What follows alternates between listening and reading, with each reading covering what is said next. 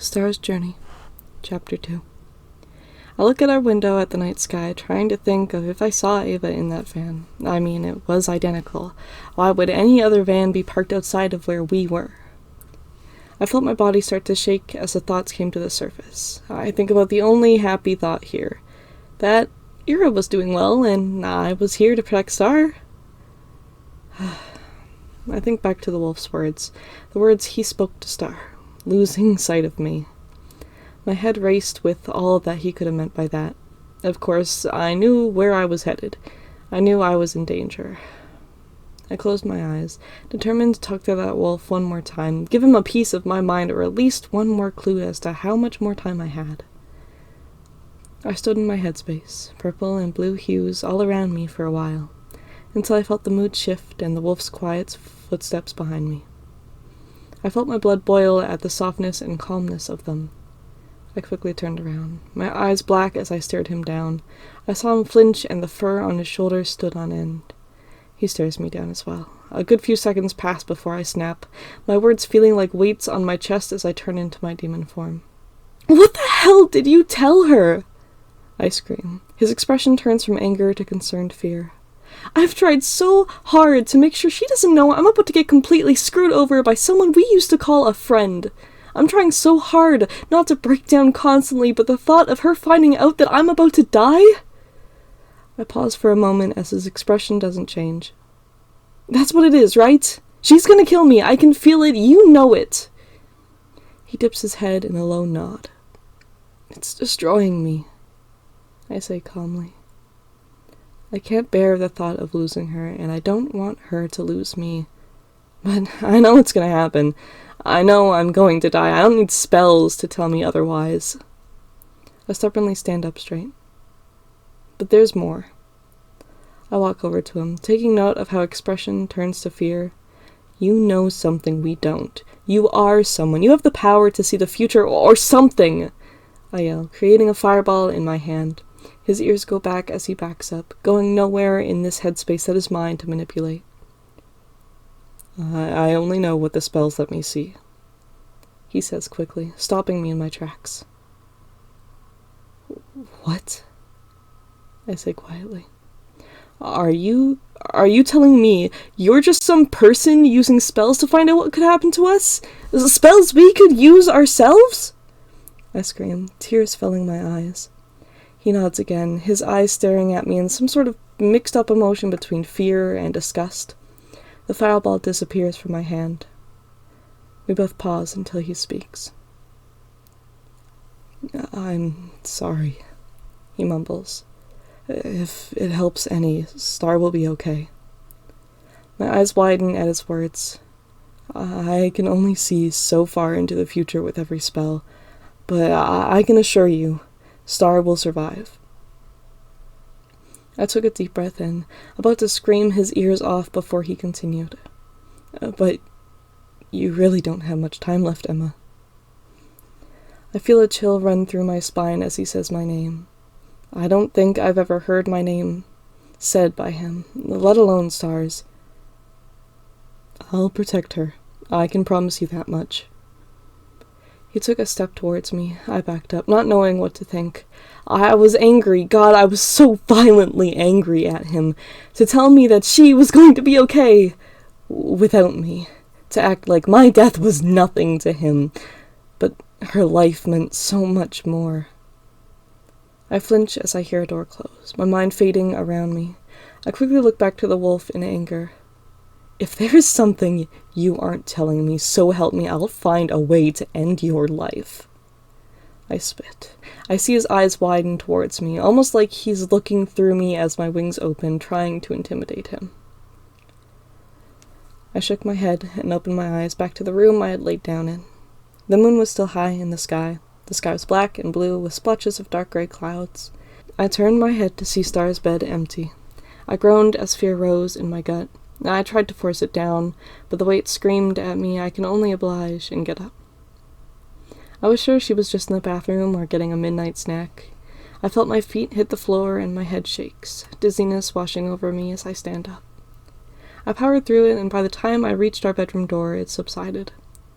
I walked down the hallway quietly, passing by the open bathroom door and tiptoeing by our aunts, just before heading down the stairs. I looked in the kitchen to see nothing. Panic arose in my chest as I looked around quickly, taking notice of the cracked open front door. I quickly run to the door, stumbling over my feet and pausing as I open it to see Star practicing in the field. I feel my body relax as I see her flying around in her demon form, moving back and forth slightly, trying to get used to flying backwards as well as wielding her fire towards the dummy once again. Her bright blue flame lit up the night, and it was almost a calming color. I rest my body against the doorframe, watching her from the house as she takes breaks every so often, working on landing but stumbling each time. I couldn't help the guilty smile as she stomped her foot and kicked a rock after another stumbly landing. I see her turn on her heel, forming a fireball and blasting it towards the dummy in anger. Her aim was getting much better. I sigh softly, about to turn to head inside before I hear her choke back a cry. My eyes turn black as I stare towards her. They adjust to the darkness, allowing me to see Star in a better light. She put her hands on her knees, tears streaming down her face as her eyes lit up, glowing brightly against the night with anger as she stared at the dummy. I wanted to walk over, to tell her that it was going to be okay, but something held me back. Was it fear for the power she had? I couldn't tear my gaze away from her as her tail twitched at her side, her hand raising into the air to form a fireball above her head. It made my blood run cold. The image of how I sent Jason and Devin to hell ran through my head. It made my body shake as the thought of the uncontrolled rage I felt towards them, the pain of holding that fireball back as much as I could, even if in the end it was in vain. As I shake my head, coming back to the moment, I piece it together. The tears on her face and the glow of her eyes, the way the fireball above her head sparked unnaturally, lashing out at the air and everything around it. The way her tail twitched at her side almost robotically as she stared down the dummy. I don't know what she saw, but I knew that she was losing control. I couldn't feel my feet as I ran towards her, wanting to hug her and tell her it was okay before she did any damage with that fireball. But as I ran, I saw her flinch, her hand grabbing her other wrist tightly, bringing her hand down, forcefully pulling it down to unaim the fireball and try to force down her magic. "Starian," I say softly, wanting just to comfort her, but the way my voice broke the silence had my heart beating heavy in my chest, until my words reached her ears. I saw her head turned towards me, and like slow motion I saw her throw her arm in my direction, the fireball hurtling towards me, her face going quickly from an angry, protective fear to that of concerned fear. No, concern wouldn't even begin to explain it. The devastation that was plastered on her face before I couldn't see anything but the vibrant blue fireball that she threw at me. I jumped into my demon form out of fear, quickly using my wings to cover myself as I tried to dodge it, but it was no use. It was too close to me, and I was still too tired to be fast enough to dodge it. It had perfect aim. It would have hit my chest if it weren't for my wings, but it knocked me back onto the gravel road. I cried out in pain as the flames burned my wings, pain surging through every part of my body as I hit the gravel. My horns bouncing off the ground, gravel flying around, making any part that wasn't hurt from the fire itself hurt from the sharp rocks. I rolled slightly, a cloud of dust and smoke around me. I lay on the ground, my ears ringing from the impact with my horns and my chest heavy from the impact and the dust that filled my lungs as I tried to breathe after every breath was knocked out of me. I coughed out a cry as I lay there on my side, my wings folded over me. The ringing in my ears died down slowly, to hear Star running towards me, screaming my name. No, Emma, I'm sorry, please be okay." I heard her slide on the gravel beside me as she knelt, putting her hands softly on my wings. I cried out in pain, flinching away from her, my arms tight around myself, grabbing my sides as tears filled my eyes. Fear filled my eyes as I realized the pain I was in. Nothing ever hurt this bad without almost killing me. A demon's fire. I choke out a cry as I curl into a ball, the pain almost becoming too much for me. I heard her cry behind me as she forcefully put her hands on my wings. I choked out a silent scream as pain filled my body. I'm sorry, please just sit still." I felt my body shake, but I couldn't even thrash around if I wanted to. My body felt so weak from the impact, and the idea of actually moving made the rest of my body hurt more. Until it just felt warm. My wings stopped shaking. Star's hands on them just felt calming as her healing magic flowed through me. I was in so much pain I didn't even think of healing. Once I could think of it, I made sure to help her heal me. I made sure to heal the impact on my skull. There was a slight crack in my horns that was fixed pretty quickly as well. I lay there, breathing heavy on the ground as she gently put her arms around me. "I'm so sorry," she cried, her repetitive words slowly coming quieter as her voice got tired. "I'll never do it again. I never want to hurt anyone, Emma." She held me tightly. I felt so lightheaded as I lay there. Everything seemed to ache. "I don't want to hurt people." Her soft words spoke through her cries, and I felt her tail wrap around mine tightly. "I'll never do it again." Her voice sounded so broken. I'll never do it again," she said weakly. It took a good few minutes, but her sobbing stopped. She was just leaning over me, holding me tightly. Her sobbing turned to soft breathing before I managed to move. My wings protested against being formed, so I made sure to hold Star softly in my arms before returning to my normal form. I noticed the tears still streaming down her face as she lays unconscious in my arms. I held her tightly, making sure to be gentle with her wings as I picked her up. My voice felt so awkward to me as I spoke, but I made sure to speak softly. "It happens to the best of us," I mumbled, hoping she could hear me. I felt stupid for not saying anything sooner, but my biggest concern was just getting her to bed now. Losing control takes such a painful toll on the body. And I wanted her to rest up if I were to try and teach her anything tomorrow. If she lets me. I woke up the next morning with a blurry memory of the night. I remember pain and Stars crying, and that was pretty much it. It slowly came back as I lay there in bed, half awake. I turned to see Star looking terrible. She had bags under her eyes. She was still in her demon form with her wings half around her. Her tail tightly around her leg, and her horns poking slightly into the wallpaper behind her. She had a small blue flame in her hands that sparked violently before she made it disappear. Seconds pass, and she makes it reappear just to have it spark and lash out in the air around her again. She looked pained every time it sparked, and soon she made it disappear again. She did this a few more times before I had enough energy to move, which made her quickly dismiss the fireball and turn back into her human form. A tinge of pain laced her expression before she took a breath and glanced over at me. "Hey, sis," I mumbled, sitting up and stretching. She looked over at me, guilt plastered on her face as she nodded. "Good morning." Her voice made me stop and stare. It sounded so weak and tired. Emma." "Hey, don't worry about it." I cut her off, knowing what she was going to say. "It happens to the best of us." I repeat my words from last night. It was the best thing I could think of saying. "Thank you," I say after a small pause. She looks at me, an odd, confused look on her face. "For healing me. It helped a lot, and I promise it's okay. Don't you remember when I lost control with Dad? Mom was all over him, making sure he was okay for weeks." I see her frown. "Hey, now that you know us demons heal quickly." I see her frown change to an optimistic smile. "I promise it won't happen again," she said softly, putting her hands to her sides. I stare at her, being able to read her like a book. The way she puts her hands down just like she's done with a few things before in her life. She's planning to swear off using her fire completely. I open my mouth to protest, but I know I shouldn't. I shouldn't force her to fight or use her fire.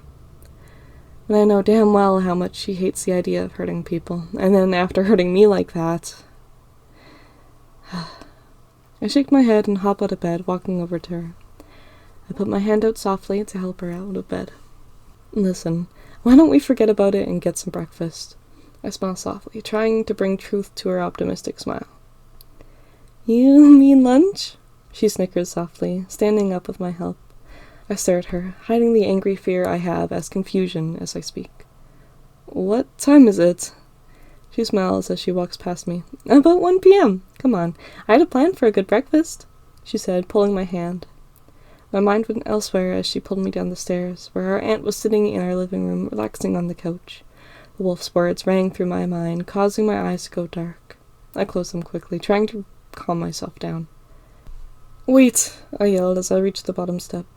I flinched at my own words and looked at Star apologetically before she let go of my arm softly. "I still have to get ready for the day.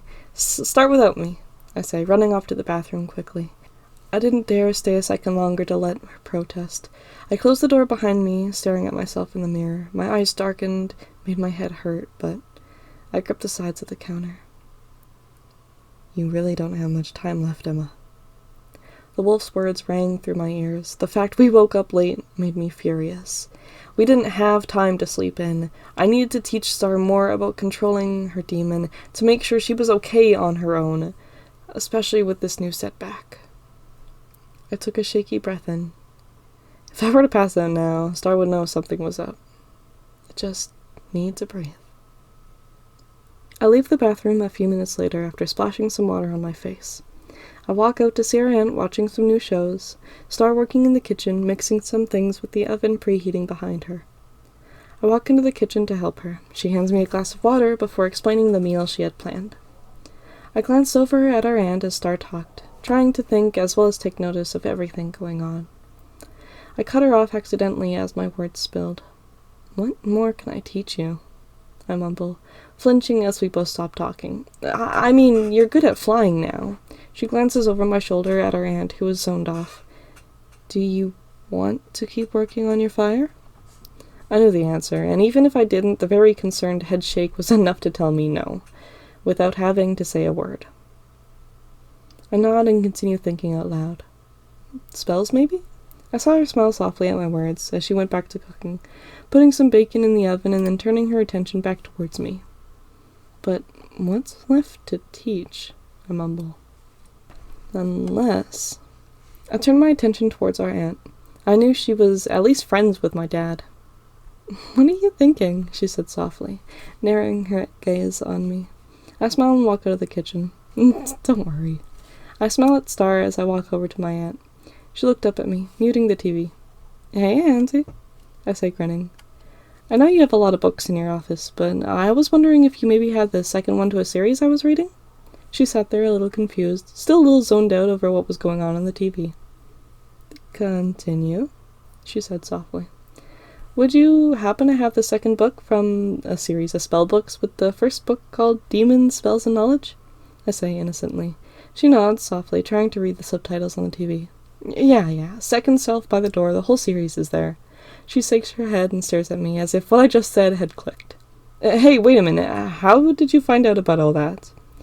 I quickly dismiss her words as I shrug my shoulders and run to her office.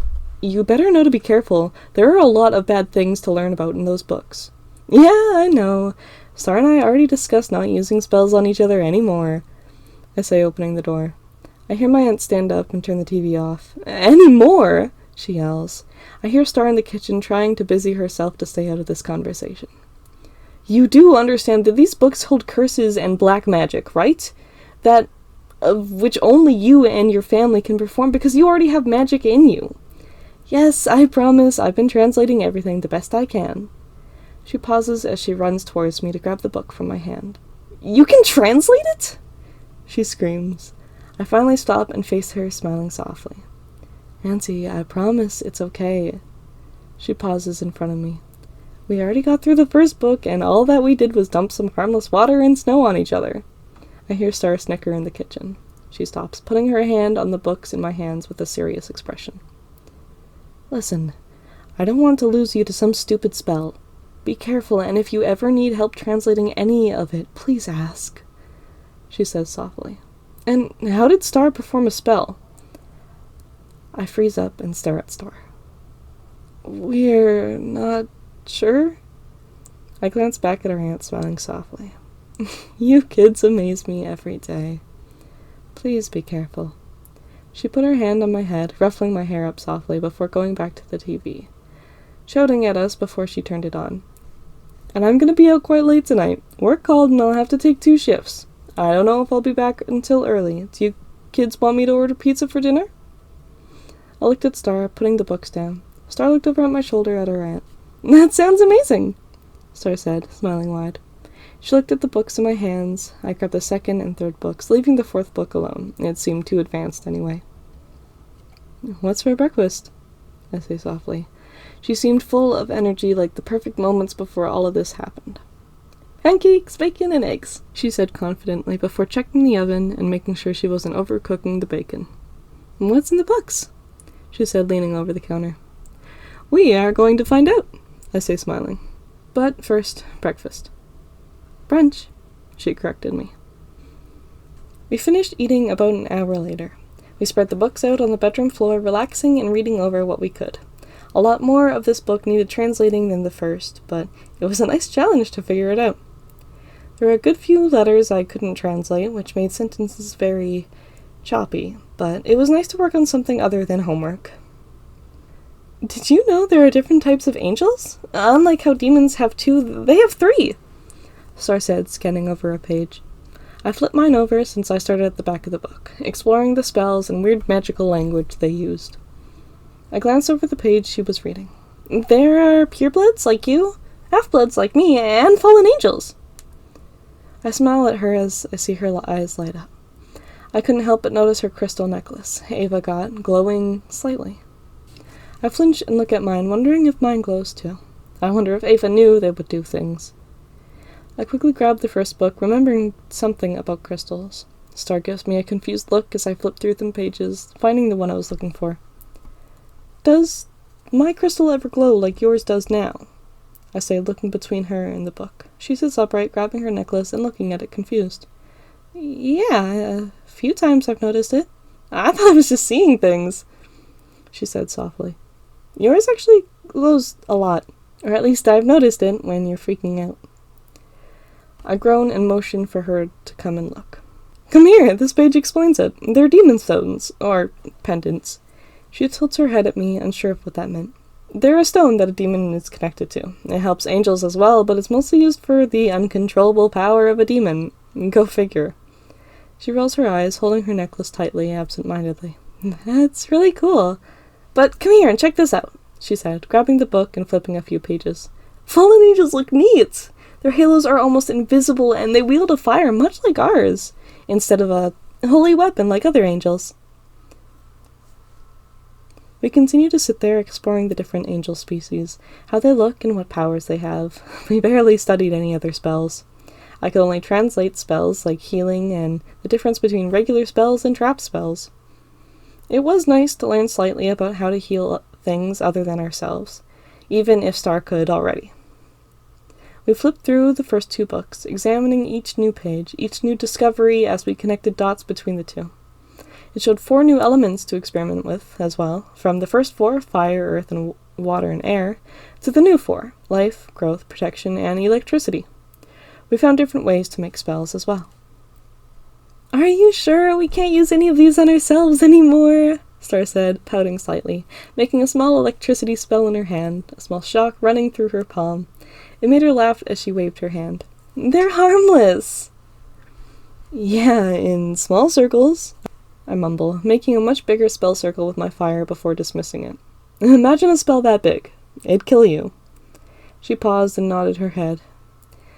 Yeah, I guess so, she said, smiling softly and looking out the window. I turned my head, about to look at the moon that just barely peeked above the window frame, until I swung my head back around to look at her bedroom door as a phone rang downstairs. I quickly stood up, running out of the bedroom to get it before it stopped ringing in case it was our mom again. Wait up, Star said behind me, getting up much slower than I did as she had books on her lap and papers scattered around her. I form my wings and glide down the stairs and around the corner before picking up the phone just to ring before it sends it to voicemail. I turned to see Star attempting to do the same thing. Her wings touched the walls of the staircase. I almost forgot about the phone in my hand as I saw her fly into the wall. Starine! I say, pulling on the cord of the phone as I take a few steps towards her. She hops up, rubbing her nose softly as she smiles at me. I forgot there was a turn! She laughed as she walked over to me. I shake my head and put my ear to the phone, still giggling as I ask who's there. Is this Emma? I feel a cold shiver run up my spine as I hear a deep voice from the phone speak. Oh my god, we still have pizza to eat! Star said, running off before I could even look at her for some sense of reassurance. I admire her hyperness, but my attention is quickly drawn back to the phone after I hear them clear their throat. Yeah, who is this? I say softly. I smiled at Star as she held up the pizza box triumphantly. I waved my hand dismissively at her motion due to the fact I was still full from earlier. I turned my back to her politely as she turns to grab some pizza for herself. You know who this is, and even if you don't, it does not matter. You have one last day to turn yourselves in and we won't hurt Star. You know your fate. It's obvious how disgusting demons like yourself need to be eradicated, and we won't stop until we get that. I felt my blood run cold, my wings heavy on my spine as my protective magic pushed its way to the surface. I heard ringing in my ears as I stared at the ground. My horns formed, my head aching from the pain. I let my magic push its way out. My tail spiraled around my leg, tightly squeezing it as I grounded myself. I shook my head, biting down on my tongue as I forced myself to focus. Anger festered itself through my blood, but I wasn't going to let it get the best of me this time. Not when I was so close to teaching Star everything I could. I stomped my foot down, my tail uncurling and flicking side to side beside me. I don't care who the hell this is, I say in a slight whisper, making sure Star couldn't hear me.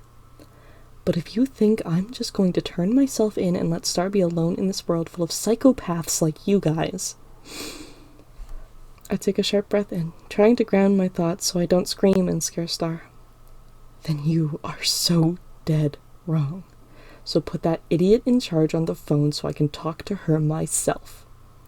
I glance over my shoulder at Star as she makes some noise with some plates. She seemed lost in her happy little world. It only made me angrier as I heard Ava's voice speak. Well, what a pleasure it is to speak with you again, Emma. She sounded happy, but not reuniting with an old friend happy. More of I have a plan and you can't do anything about it happy. I bit my tongue, holding down the flood of swears I wanted to scream. You do want Star safe, don't you? And it is in my best interest to keep her safe, especially from a demon like yourself. I felt my wings tight at my side before I could hear the plastic of the phone crack under my grip. I glared downwards, my other hand hot at my side with a flame that was escaping my fist. Get bent, I snapped before slamming the phone down much harder than I intended. Star poked her head out from the kitchen as I stormed off to the bathroom to avoid her questions. I glared at myself in the mirror, my blackened eyes staring a hole through myself as I gripped my teeth. The moment I met my stare, I couldn't help but stop and think about what she said. My blackened eyes, my sharp horns, my big wings. I tear up as I grip the countertop, my teeth looking violent as I clench my jaw. Emma? I hear Star softly knock on the door. Is everything okay? I take a shaky breath, trying to think of her, trying to be okay for her. I continued to stare into my eyes. They glowed brightly, and I couldn't help the rage that surged through my body, slamming my fist down on the counters, biting down on my tongue, just barely holding back an angry groan. Starring, I'm okay, I flinch as I feel a chunk of the counter hit my foot. I groan and run my hand through my hair. I kick the piece of granite off behind the trash can and take another deep breath in and out. My head returning to normal after I realized the lightheadedness that was from me biting down on my tongue and holding my breath once again. I just had a moment. A bad memory after the phone call. I'm sorry. I say, opening the door and smiling weakly at her. You worried me. She hugged me softly. I paused for a moment. I didn't remember the last time we hugged. Tears welled up in my eyes as I thought about my fate. I didn't want Star not to remember the last time we hugged. I felt tears stream down my face as I brought my hands up to hug her. I couldn't help but grab her shirt tightly as my breath got caught in my lungs. I felt her flinch as I put my head on her shoulder, sobbing like a child in her arms. Hey, it's okay. I'm here, I promise, she said softly. I couldn't help but bite my tongue as my words tried to escape. I wanted to spill everything to her, take this moment to cry in her arms and just get it all out. But I couldn't. Emma, I know things are hard, but I promise I'm here, and I can protect you. I cry harder, my legs shaking under me as I continue to bite my tongue. She pats my back softly, kneeling down as she feels my legs shake. I can't help but continue to cry. I'll never feel her hugs again. I'll never hear her voice again. We sat on the ground, hugging each other for a while until my sobbing stopped, my tears drying my eyes. She didn't stop patting my back every so often, making sure I remembered to breathe as her pat shook my lungs. Emma, hey, it's okay. You're okay. I nodded softly as my sobbing slowed to a stop. I continued to breathe in short gasps as we sat there. After about 10 more minutes, I could breathe normally, and it took it as a chance to collect myself, breathing in and out, in deep breaths before standing up weakly. Gonna go to sleep? Sir said softly as I helped her up, feeling drained. I continued to bite my tongue, scared to speak a word in case it all flooded out. I nodded softly, turning my body towards the staircase. Are you gonna be okay to go up by yourself while I eat? I nodded again, even if I knew I wouldn't. She softly puts her hand on my shoulder, her tired eyes still full of life as she smiles at me. Please rest well, sis. I closed my eyes in one last gentle nod, scared to show her the tears and fear in my eyes as the idea of life fading from hers filled my mind. I continued to lean against the wall as she hesitantly walked off towards the kitchen. I weakly turned and walked towards the back door, quietly unlatching it and walking out to the back porch. It faced a dense forest that surrounded our aunt's land. I felt so unsafe walking out into the small bit of field before the trees, but it was all I wanted to do. I stared up into the sky, feeling eyes on me, but I prayed that if it was Ava, she'd at least think of it as me surrendering. I felt so tired. My legs shook as I stayed standing, looking up at the bright moon above me. I sighed, guessing it would probably be better if I lay down here before my legs gave out under me. As I looked towards the ground, I could see bright silver eyes glaring at me through the bushes. I looked down solemnly as I sat on the ground. I was pretty sure this dreaded feeling of my life about to end wasn't going to go away no matter what I did. I could turn myself in now and they'd still kill me. I could wait and they'd still kill me. The wolf made that very clear. I look up back to see those same silver eyes. I sigh and pat the space beside me. The eyes just stayed there glowing before they slowly disappeared. I nodded my head and laid down, closing my eyes as my hair tangled itself in the long grass around me. The cold night breeze felt so welcoming. I flinch, the almost unconscious state of my mind disrupted by the sound of Star's panicked breathing as I hear the screen door smack against the wall of the house. "Oh," I hear her say softly. "You still awake, sis?" she said, walking towards where I was laying down. I couldn't help the tears that streamed down my face, but I stayed silent, scared to admit every terrified thought. "I guess not," she giggled softly as she sat down beside me. What a pretty clear sky full of stars. I could feel her eyes on me, the smile in her voice. "That's your moment to shine, Emma. Say some funny joke about my name." She sighed, a soft smile in her voice as she laid down beside me. "But that's okay." A few moments passed, and I held on to consciousness, wanting to hold on to this moment until I couldn't any longer. My mind welcomed me into itself as the world faded around me. There was a moment in my headspace that seemed so clear before it faded into a dream that was bound to turn into a nightmare. But in that small moment, there was the bone-chilling voice that rang through my ears. The voice of that wolf echoed lowly. "Goodbye, Emma. I'm sorry."